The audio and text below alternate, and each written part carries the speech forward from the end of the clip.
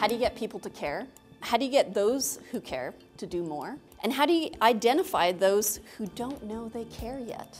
We've seen this in climate change, we've seen it in energy, we see it in pretty much all environmental campaigning. We've been trying to give the facts, and for some reason that hasn't been changing behavior. There's a way of educating and communicating with people that's beyond just the facts, and that's what this ambassador program is really about.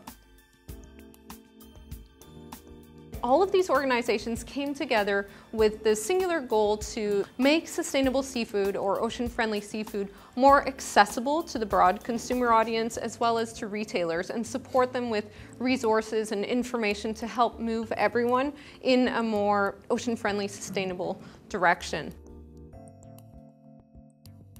Particularly when people are faced with the decision that they might not really be able to work out all on their own, they turn to people they trust.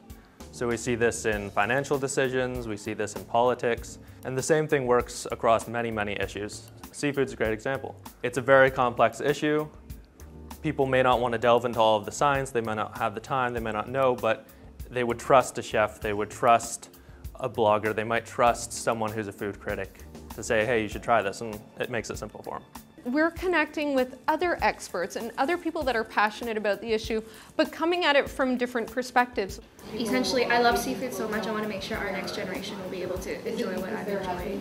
And so all of these experts and people that are, well positioned in their specific communities have the capacity to communicate with all these new audiences and consumers that David Suzuki Foundation and SeaChoice typically wouldn't connect with. We just don't get the response from government and business because the general public is perceived to just not care or to not be there. So we're taking that to heart and saying we have a big job to do to push up the awareness and education and interest within those constituencies and getting people to vote with their dollars, basically.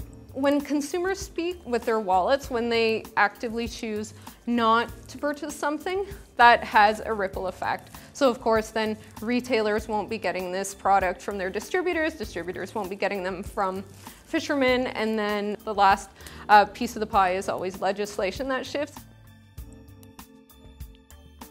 Oysters 101, one with going through a whole shucking presentation, and then also on the other side, on the hot side of preparing a cooked oyster, like a baked oyster, or something like that, and going through the whole species. And so would that be a cooking demo as well?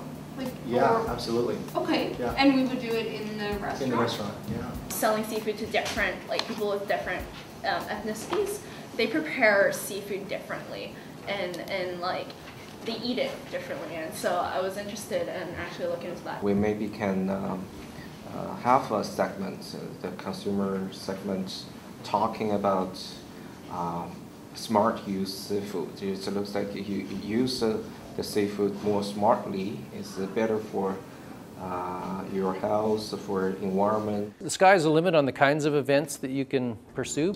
Organizing chefs events, organizing tastings, organizing cook-offs. We've had events where we've had fishermen and chefs and scientists together and profiling the species, how you catch it, how you cook it, how good it can taste when you do it up right. People learn through experience. The more that people can actually do something, the more they're likely to do it again. The more we can actually literally get people eating sustainable seafood ourselves, the more likely they are to continue that behavior in the future.